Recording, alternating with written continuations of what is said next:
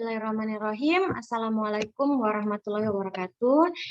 Jadi saya perwakilan dari kelompok 1 yang beranggotakan Nur Kurniawan, Anastasia Herani, dan Raudatul Jannah.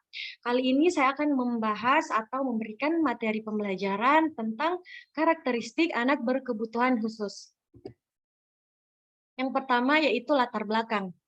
Dalam rangka penyelenggaraan pendidikan inklusif, guru di sekolah reguler perlu dibekali berbagai pengetahuan tentang anak berkebutuhan khusus.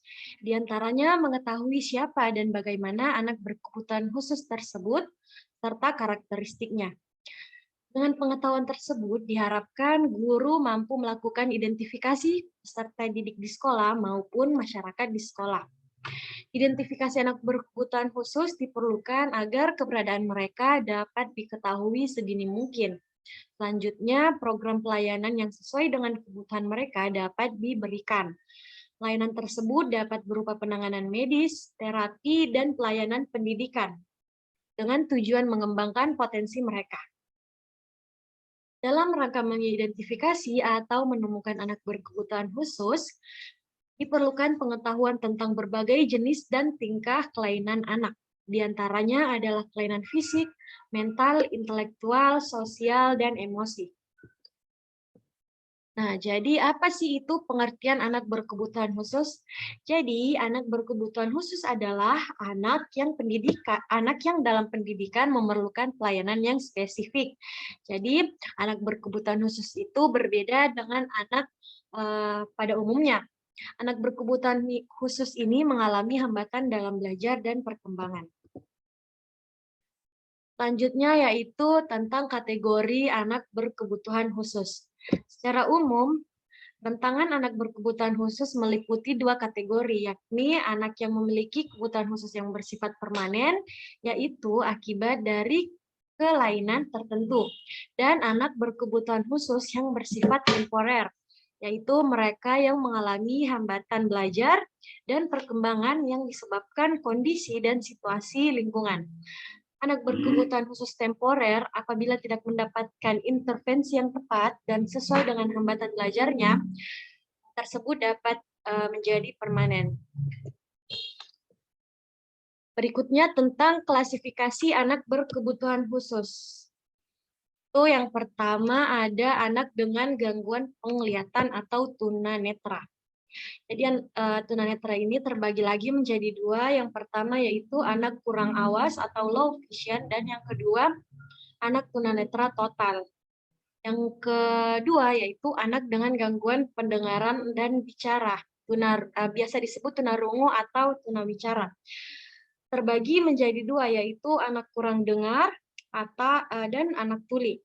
Yang ketiga yaitu anak dengan kelainan kecerdasan. Jadi anak dengan kelainan kecerdasan ini terbagi lagi menjadi 2, yaitu yang pertama anak dengan gangguan kecerdasan atau intelektual di bawah rata-rata, dan yang kedua yaitu anak dengan kemampuan inteligensi di atas rata-rata. Yang keempat yaitu anak dengan gangguan anggota gerak atau tunadaksa. Jadi tunadaksa ini juga terbagi menjadi 2. Yang pertama yaitu anak layu anggota gerak tubuh, dan yang kedua yaitu anak dengan gangguan fungsi syaraf otak. Yang kelima yaitu anak dengan gangguan perilaku dan emosi atau tunalaras. Nah, tunalaras ini terbagi lagi menjadi 2, yaitu yang pertama anak dengan gangguan perilaku. Anak dengan gangguan perilaku taraf ringan, anak dengan gangguan perilaku taraf sedang, serta anak dengan gangguan perilaku tahap berat. Yang kedua yaitu anak dengan gangguan emosi. Jadi anak gangguan dengan emosi ini juga bertaraf ringan, sedang, dan berat. Yang keempat, yang berikutnya yang keenam yaitu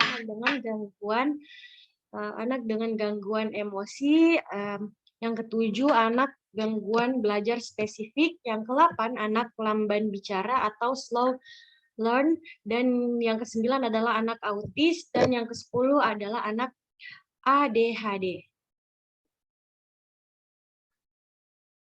Selanjutnya yaitu karakteristik anak berkebutuhan khusus. Yang pertama adalah anak dengan gangguan penglihatan atau tunanetra. Anak dengan gangguan penglihatan atau tunanetra adalah anak yang mengalami gangguan daya penglihatan sedemikian rupa. Yang kedua yaitu anak dengan gangguan pendengaran atau tunarungu.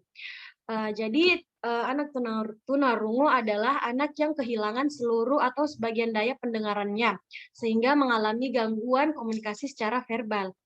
Yang ketiga yaitu anak dengan gangguan intelektual atau tunagrahita.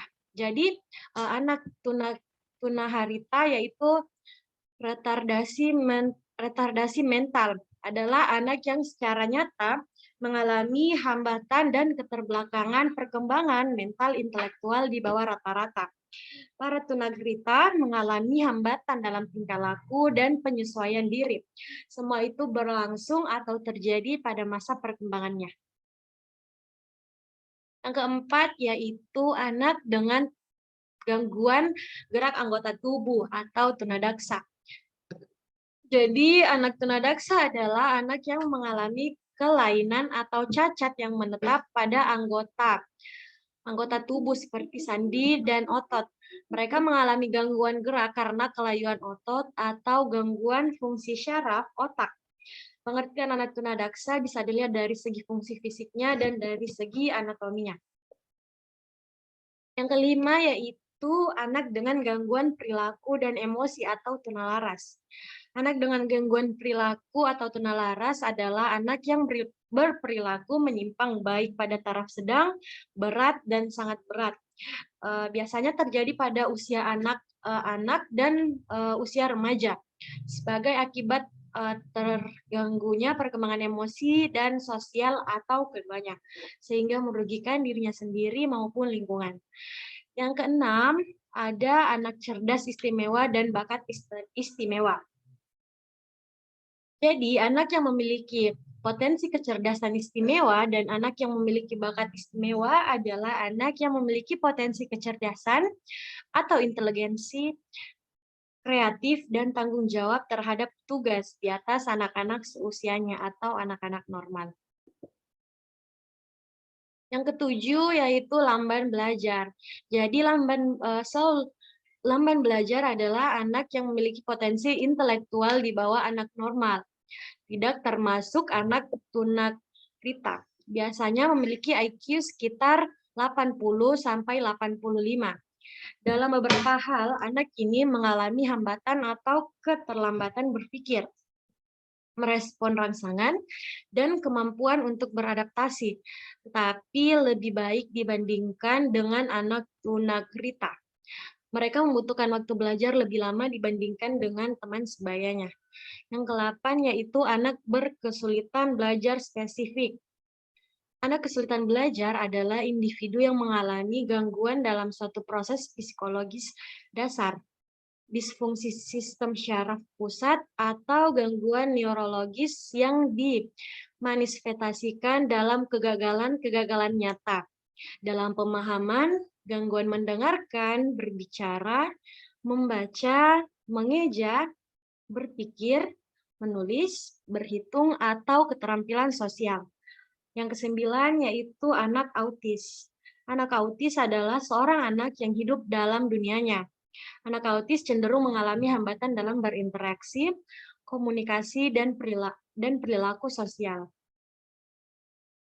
Itulah tadi materi tentang karakteristik anak berkebutuhan khusus. Semoga bermanfaat.